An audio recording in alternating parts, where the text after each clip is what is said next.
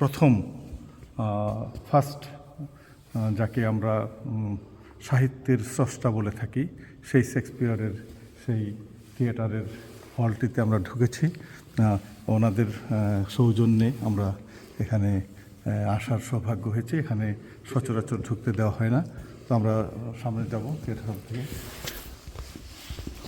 Thank you very much. Thank you so much. Thank you so much. You have a good day. So this is the way out. Yeah. Excellent. Excellent. Thank you. এই জায়গাটি প্রতিটা জায়গায় আছে আসলে ব্রিটিশের প্রতিটা কাজই হচ্ছে একেবারে পারফেক্ট, এবং এত বছর আগের সেই সেই ইতিহাস ঐতিহ্যের অংশটি এখনও এই ঐতিহ্য শেক্সপিয়ারের ইতিহাস তো অনেক পুরাতন এবং অনেক বিখ্যাত।